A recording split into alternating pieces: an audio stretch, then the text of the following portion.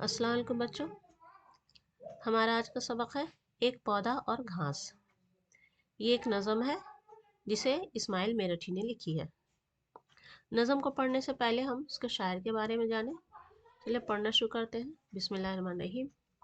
इस्माइल मेरठी 1844 ईस्वी में पैदा हुए और 1917 ईस्वी में वफ़ात हुई। इस सन को बच्चों याद रखना है कि कब उनकी पैदाइश हुई और कब उनकी वफ़ात हुई। 1844 में पैदाइश हुई, 1917 में वफ़ात हुई। मोहम्मद इस्माइल नाम इस्माइल तखल्लुस था। इस्माइल मेरठी का नाम इस्माइल है और उनका तखल्लुस भी इस्माइल ही इस्तेमाल करते हैं। मेरठ में पैदा हुए। इस्माइल मेरठी इस्माइल तखल्लुस है और चूँकि मेरठ में पैदा हुए इस निस्बत से उन्होंने अपने नाम के आगे मेरठी इस्तेमाल किया। इस दौर के रिवाज के मुताबिक उन्होंने इब्तदाई तालीम घर पर हासिल की। उन्होंने अपनी इब्तदाई तालीम यानी शुरू की तालीम घर पर ही हासिल की थी। मेरठ के एक आलिम रहीम बेग से फ़ारसी ज़बान की आला तालीम पाई। मेरठ में ही एक आलिम थे जिनका नाम रहीम बेग था। उन्होंने उसी रहीम बेग से फ़ारसी ज़बान की तालीम हासिल की थी। अंग्रेज़ी ज़बान में भी महारत हासिल करके इंजीनियरिंग का कोर्स पास किया।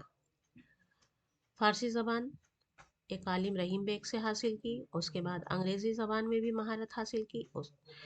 इससे अंग्रेज़ी ज़बान को सीखकर उन्होंने इंजीनियरिंग का कोर्स पास किया। कौम के बच्चों की तालीम में दिलचस्पी की वजह से उन्होंने मुअल्लिमी का पेशा अख्तियार किया। कौम के बच्चों को अच्छी तालीम मिले, ये उनके दिल में बहुत ख्वाहिश थी।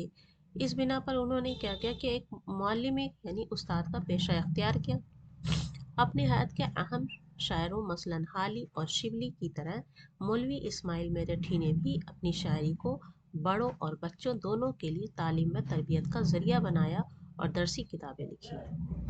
उनके अहद के शायर थे हाली और शिबली। मौलाना अल्ताफ़ हुसैन हाली और मौलाना शिबली मौलाना ये इस्माइल मेरठी के अहद के शायरों में है। तो जिस तरह उन्होंने अपनी शायरी की बड़ों और बच्चों के लिए, उसी तरह की शायरी मौलाना इस्माइल मेरठी ने भी की बड़ों और बच्चों दोनों के लिए। उनकी तालीम व तरबियत का ज़रिया बनाया अपनी शायरी को।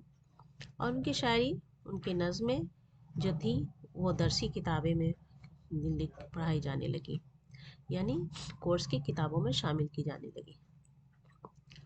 उन्होंने सादा और सलीस ज़बान में उर्दू सिखाने के साथ साथ उन किताबों में इखलाक़ी मौज़ूआत को भी इस खूबी से शामिल किया कि पढ़ने वाले तालीम के साथ साथ तरबियत के ज़ेवर से भी आरास्ता हो सके। उन्होंने अपनी नज़मों के ज़बान जो इस्तेमाल किए बिल्कुल सादा और सलीस ज़बान थी जिसे आम इंसान समझ सके, और उसमें उर्दू सिखाने के साथ उन्होंने अपने इस नज़म में इखलाक़ी मौज़ूआत को भी शामिल किया। इस्माइल मेरठी ने ऐसी नज़में लिखी हैं जो सिर्फ बच्चों के लिए हैं और हर अहद में उनकी मानवियत और अफादियत बरकरार रहती है। इस्माइल मेरठी को बच्चों के शायर भी कहा जाता है। उन्होंने कई नज़में ऐसे लिखी बच्चों के लिए जो हर दौर में उसकी अफादियत बाकी रहती है। उनका कलाम कुल्लियात इस्माइल के नाम से शाया हो चुका है। इस्माइल मेरठी के शायरी का कलाम कुल्लियात इस्माइल के नाम से शाया हुआ है।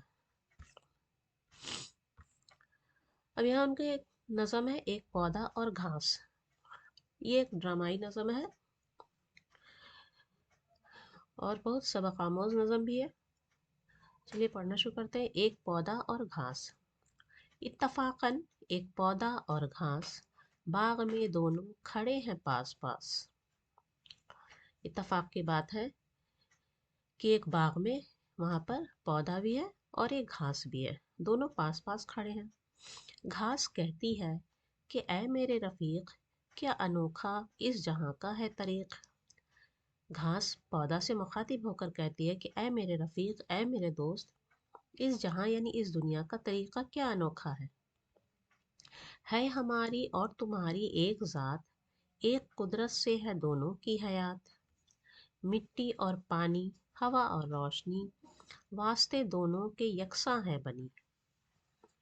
घास कहती है पौधा से कि हमारी तुम्हारी एक ही ज़ात है जिस तरह कुदरत की दी हुई चीज़ों से मिट्टी, पानी, हवा और रोशनी तुम्हारे लिए ज़रूरी है, उसी तरह मुझे भी ये सब चीज़ की ज़रूरत है। और दोनों कुदरत की इस चीज़ों से फ़ायदा हम हासिल कर रहे हैं। दोनों के लिए ये सब चीज़ें यकसा हैं। जिस तरह सूरज की रोशनी तुम्हें बराबर मिलती है, उसी तरह सूरज की रोशनी मुझे भी बराबर मिलती है। जिस तरह हवा तुम्हें मिलती है, उसी तरह मुझे भी हवा मिलती है। और जिस तरह मिट्टी और पानी तुम्हें मिलती है, उसी तरह मुझे भी हवा, मिट्टी और पानी मिल रही है। यानी दोनों के लिए ये यकसा बराबर बनी हुई है। कुदरत ने दोनों के लिए ये बराबर बनाया है। लेकिन तुझ पे लेकिन है इनायत की नज़र, फेंक देते हैं मुझे जड़ खोद कर। हालांकि दोनों के लिए कुदरत ने सारी चीज़ें यकसा बनाई है, लेकिन तुझ पे लोगों की इनायत की नज़र है, नज़र करम है, और मुझे जड़ खोद कर फेंक देते हैं। कौन देता है मुझे यहाँ फैलने, खा लिया घोड़े गधे या बैल ने।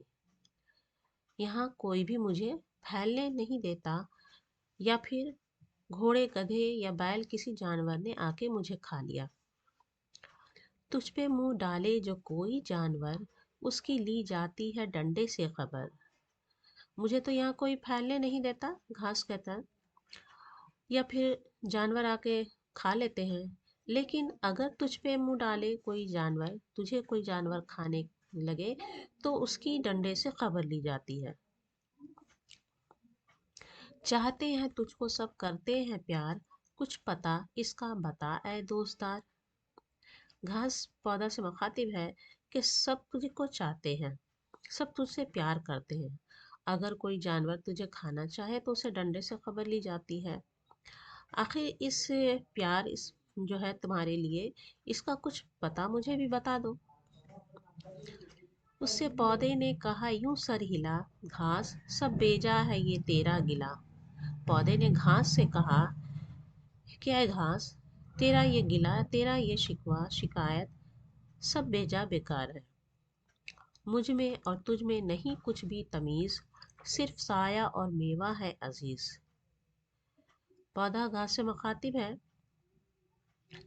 कि तेरा ये गिला, तेरा ये शिकवा सब बेकार है, और मुझ में और तुझ में कोई भी तमीज़, कोई भी फ़र्क नहीं है। सिर्फ मेरा जो साया मिलता है इंसान को, और फिर मुझसे जो मेवा हासिल होता है, वही लोगों को अजीज़ है। फ़ायदा एक रोज़ मुझसे पाएंगे, साए में बैठेंगे और फल खाएंगे। क्योंकि इंसान यहाँ पे जान रहा है कि ये पौधा दरख्त बनेगा, बढ़ेगा, आगे चल के दरख्त बनेगा, ये साया देगा, और इससे मेवे मिलेंगे, फल मिलेंगे, इसलिए उसकी हिफाजत भी कर रहे हैं।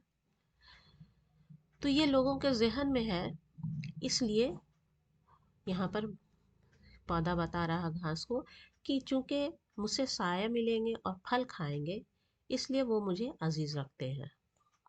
है यहाँ इज्जत का सेहरा उसके सर, जिससे पहुँचे नफ़ा सबको बेशतर।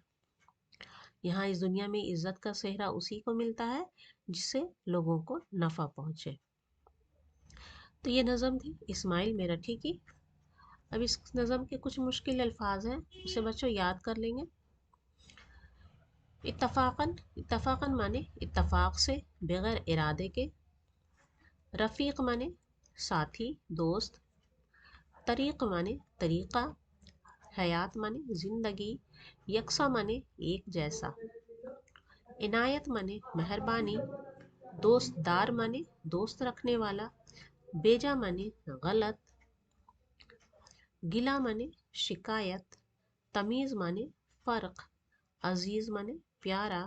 नफ़ा माने फ़ायदा। बेशतर माने ज़्यादातर या अक्सर। इन अल्फाज के मानी को बच्चों आप ज़रूर याद कर लें। मानी याद करने से क्या होगा कि आपको नज़म का खुलासा लिखने में आसानी होगी। अब इस नज़म के लिखने का मरकज़ी ख्याल क्या है शायर का। इस्माइल मेरठी ने ये नज़म लिखी है, उनके लिखने का मकसद क्या है ये, और इस नज़म का मरकज़ी ख्याल क्या है, इसे यहाँ पर गौर कीजिए। ये एक नज़म, जैसे मैंने बताया कि एक ड्रामाई नज़म है। चूँकि पौधा और घास एक दूसरे से गुफ्तगू कर रहे हैं, तो ये गुफ्तगू के दौरान यानी गुफ्तगू हो रही है दोनों में, اس طرح سے اس نظم کو پیش کیا گیا ہے، تو یہ ایک ڈرامائی نظم ہے۔ شاعر نے اس نظم کے ذریعہ یعنی اس نظم میں گھاس اور پودے کو کردار بنایا ہے اور ان کی گفتگو کو پیش کر کے بتایا ہے۔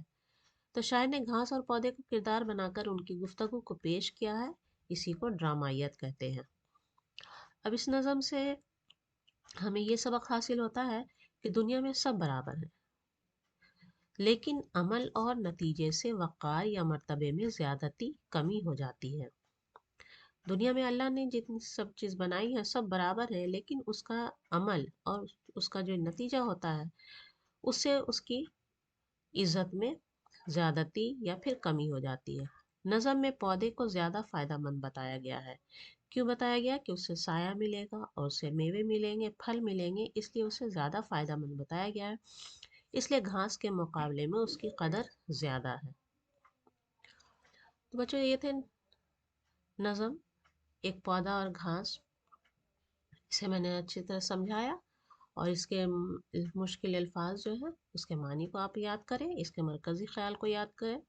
اگلی ویڈیو میں انشاءاللہ پھر ملاقات ہوگی آپ سے، تب تک کے لیے اللہ حافظ۔